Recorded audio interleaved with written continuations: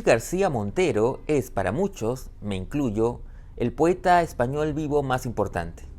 Él vendrá próximamente al Perú, específicamente a la ciudad de Arequipa, para participar de la 9ª edición del High Festival Arequipa 2023.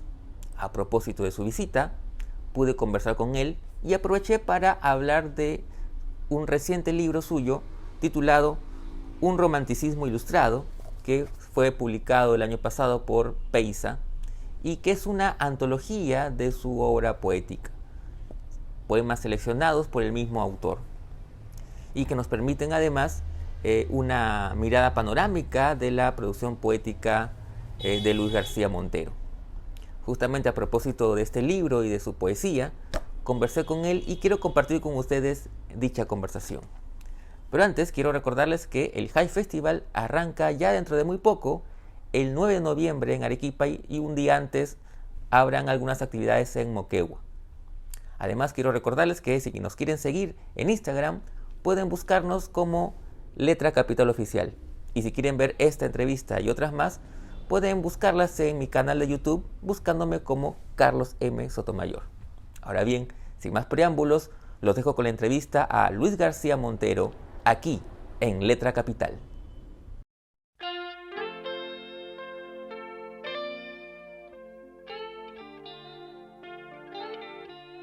Hola Luis, ¿cómo estás? Primero que nada, gracias por tu tiempo y por permitirnos esta charla a propósito de tu visita al Perú, a Arequipa, a participar en el High Festival, esta 9ª edición que arranca ahora nomás en noviembre. ¿Cómo estás?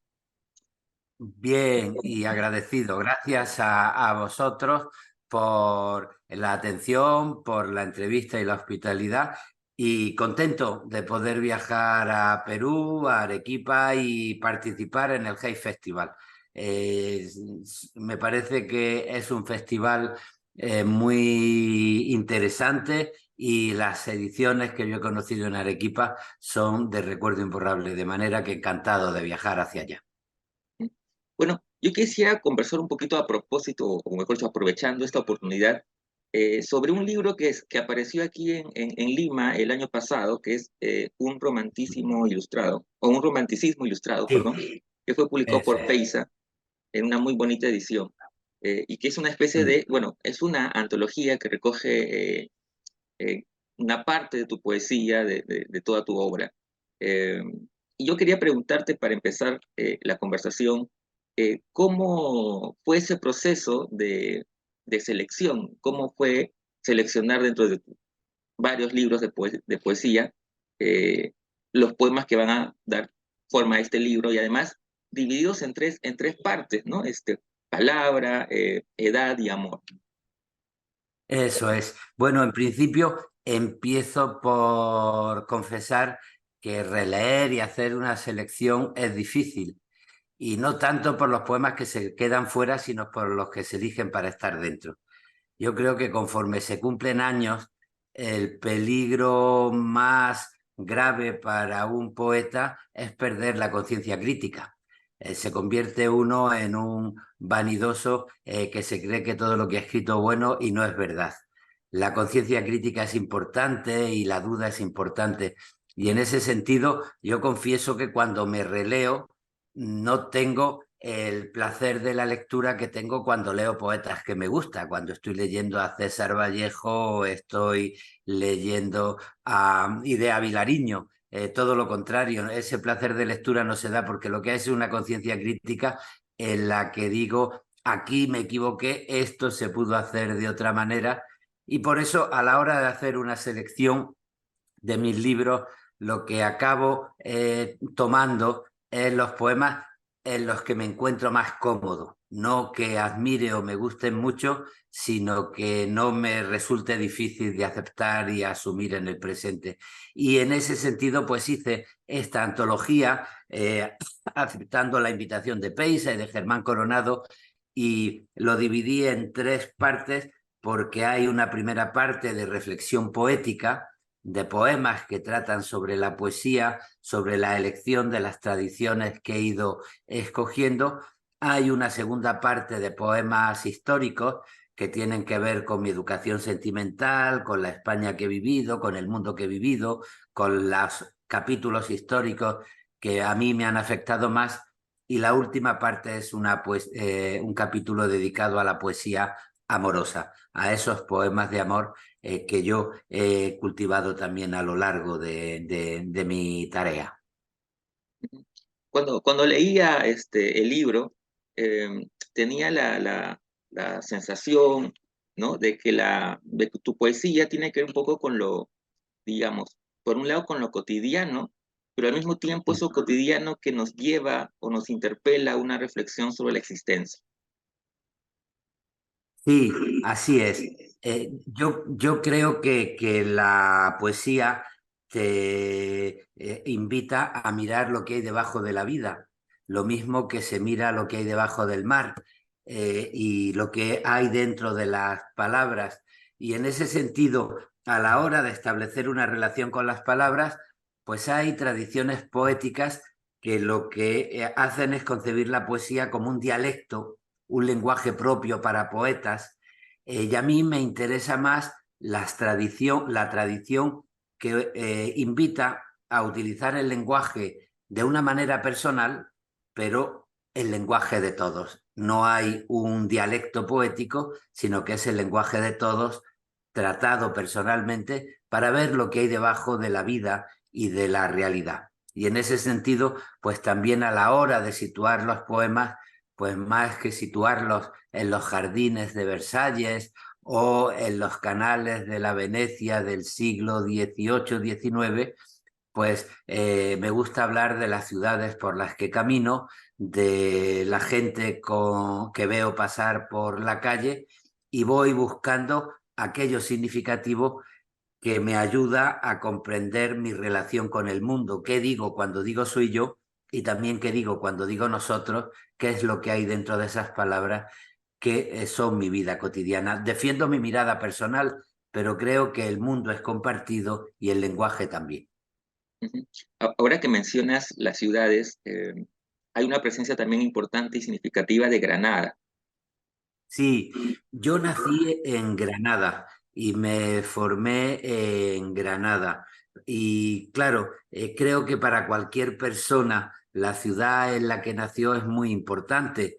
De alguna manera, pues la poesía es meditación sobre el tiempo y cuando recordamos el paso del tiempo, pues la ciudad donde uno nació y creció es muy importante. Decía Max Au, un novelista español, que uno en realidad es de la ciudad en la que estudió el bachillerato, hizo la enseñanza secundaria y yo la hice en Granada. Y bueno, meditar sobre el tiempo es meditar sobre los barrios en los que crecí, que ahora han cambiado mucho, las librerías donde compré mis primeros libros, que ahora están cerradas, las pastelerías donde me invitaba a merendar mi abuelo, que ahora también han desaparecido, y tener los ojos abiertos pues significa ver esos lugares que han ido apareciendo en la ciudad y que no tienen que ver con mis recuerdos. De manera que la relación con el tiempo a la hora de hacer memoria o de fijarse en la realidad para imaginar un futuro, pues tiene mucho que ver con la ciudad en la que uno ha vivido la infancia y la adolescencia. Y un asunto más, en Granada nació un poeta, Federico García Lorca, muy importante en mi formación. Yo descubrí la poesía de Federico García Lorca, descubrí después que ese poeta que me gustaba había sido asesinado en Granada en el año, o sea, 22 años antes de que yo naciera, en 1936, y mi vocación poética ha sido pues ir buscando también todo lo que había quedado en silencio en mi ciudad y en España con la guerra civil y con la muerte de Federico García Lorca. Ujú. Eh, por curiosidad, ¿en Granada quedaba este especie de bar, La Tertulia? Sí, la Tertulia es un bar que se inauguró a final de los años 70. Un amigo argentino, Horacio Révora, que salió después del golpe de Estado de 1978 en Argentina, fue detenido y aprovechó que lo dejaron en libertad para salir al exilio porque se consideraba en peligro, y después de danzar por el mundo acabó recalando en Granada y decidió abrir un bar con una voluntad de reunión para que se hicieran presentaciones literarias, actividades, conferencias. Allí pues nos reuníamos los jóvenes estudiantes o los jóvenes profesores que estábamos involucrados en la lucha por la democracia española, por la tradición republicana española, y eso tenía un componente cultural muy fuerte. Y él pues estableció un puente con Latinoamérica muy importante. Primero con Argentina, hizo festivales de tango, pero después con América Latina en general. Por la tertulia pues pasaron poetas, músicos latinoamericanos, y además nos reuníamos los jóvenes granadinos, y es un bar que sigue funcionando. Es ya una experiencia casi prehistórica, le digo yo a Tato Révora, a Horacio Révora, porque cuando uno llega allí lo que ve son fotos, recuerdos del año 79, del año 80, es decir, de hace más de 40 años. Ujú. Y creo que ahí también llegó a ir Rafael Alberti. Sí, vamos a ver, Rafael Alberti fue un poeta de la generación del 27, amigo de García Lorca, que salió al exilio en la Guerra Civil. Él representaba la cultura republicana y estuvo en el exilio con su mujer, María Teresa León, pues mucho tiempo. Él escribió un famoso poema, Balada del que nunca fue a Granada, que se hizo muy popular porque lo cantó Paco Ibáñez, uno de los cantautores que musicaron a los poetas españoles. Y cuando volvió a Granada, cuando volvió a España con la democracia en el año 77, 77 sí, pues quiso ir a Granada para cumplir la promesa que le había hecho a García Lorca y que no se pudo cumplir porque se mezcló la muerte y la guerra civil por medio. Vino a Granada y tuvo la generosidad de hacerse amigo de los jóvenes poetas. Él quería recuperar su juventud y nosotros lo teníamos en un altar, el autor de Sobre los Ángeles, de Sermones y Moradas, de Marinero en Tierra, el poeta del exilio republicano comprometido, pues se bajó de su altar y se convirtió en un amigo más. Y otro poeta de Granada y yo, Javier Egea y yo, hicimos un manifiesto albertiano imitando un discurso a la limón que habían hecho Pablo Neruda y Federico García Lorca en homenaje a Rubén Darío, que era un discurso compartido donde iban citando versos de Rubén, poniendo sus propios versos dedicados a Alberti, y nosotros hicimos el manifiesto albertista y Rafael estuvo en la lectura y se hizo allí precisamente en el bar La Tertulia. Fue una noche muy emocionante para nosotros. Ujú. Sí, de hecho en el libro hay un poema muy hermoso que tú le dedicas a Alberti. Eh, Sí, yo tuve la suerte de tener una amistad entrañable con él. Yo estaba, cuando volvió Rafael, yo había acabado la carrera, había hecho mi tesina, mi memoria de licenciatura sobre el teatro medieval, y estaba con una tarea académica, pero cuando lo conocí pensé que tenía que unir mi vocación poética a mi tarea docente y académica, y cambié el tema de trabajo, el teatro medieval, por una tesis doctoral sobre Rafael Alberti. Y trabajé sobre él, después preparé las obras completas de Rafael en la colección Aguilar, los 3 tomos de poesía, y establecí una relación muy entrañable que agradezco, porque Rafael me enseñó muchas cosas. En primer lugar, a tener los ojos abiertos a los jóvenes. Ahora que voy cumpliendo años, aprendo esa lección porque siguiendo la poesía joven me entero en qué mundo vivo, y me acuerdo a mí preguntándome, recuerdo cómo cuando yo era joven me preguntaba por el mundo. Y bueno, también me enseñó a disfrutar como lector de todos géneros de la poesía, de todas las tradiciones de la poesía, porque Rafael era alguien que lo mismo disfrutaba recitando el cancionero medieval que un soneto del Renacimiento o un poema vanguardista de Mayakovsky, de manera que se puede disfrutar de todas las tradiciones poéticas. Ujú. Hay un poema que también lo he disfrutado mucho y que creo que es en realidad también un libro, forma parte de un libro que es completamente Viernes, Sí. que creo que es muy importante también para ti, no solamente dentro Sí. de tu obra, sino personalmente. Sí, dentro de mi poesía, el amor ha ocupado siempre un lugar importante.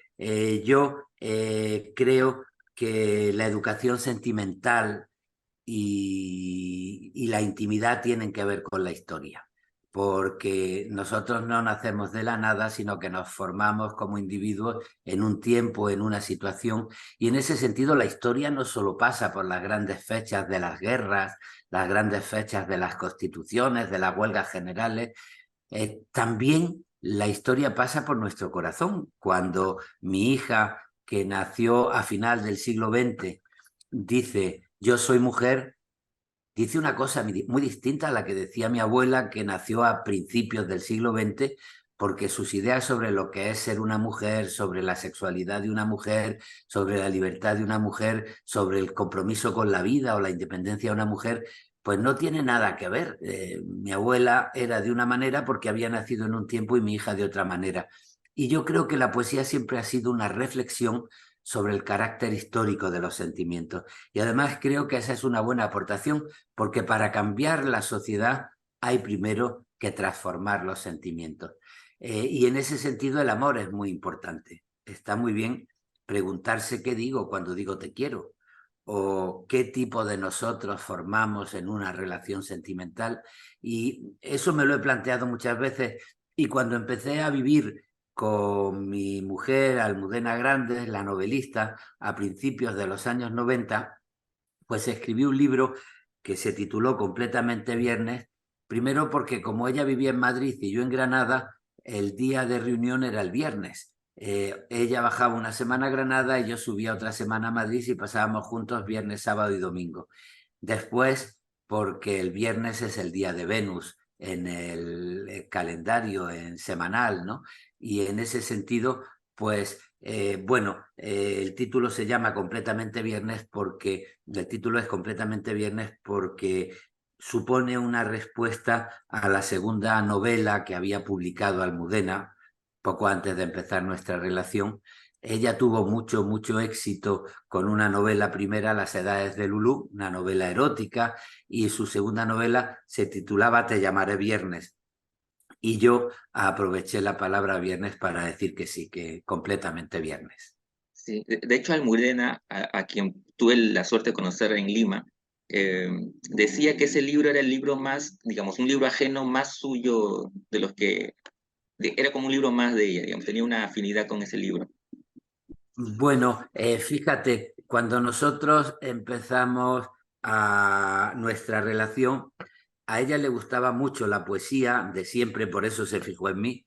Y entonces yo lo que hacía es pedirle a amigos que le dedicaran un libro o comprarle un libro de un poeta que le gustaba y le iba escribiendo en la última página del regalo, le iba escribiendo un poema que yo le dedicaba a ella. Y poco a poco fuimos teniendo una pequeña biblioteca de poesía donde en los autores que nos gustaban o los amigos poetas, pues al final de cada libro había un poema que yo le dedicaba a ella. Y tuvo que ver mucho con nuestra relación, claro, porque Completamente Viernes cuentan nuestros primeros años de relación y de qué modo el amor nos transforma al hacer un nosotros, pues nos hace cambiar nuestra manera de entender el mundo, qué es lo más importante, lo menos importante, cambiar nuestras miradas a las ciudades. Ella miró Granada de una manera distinta, yo miré Madrid de una manera distinta, cambiar también pues nuestra relación con lo que puede significar la vida, la muerte, las relaciones sentimentales. Y en ese sentido, pues ella decía que sí, que fue un libro que se fue escribiendo en la medida que nosotros conformábamos un nosotros, y por eso lo sentía suyo. Sí.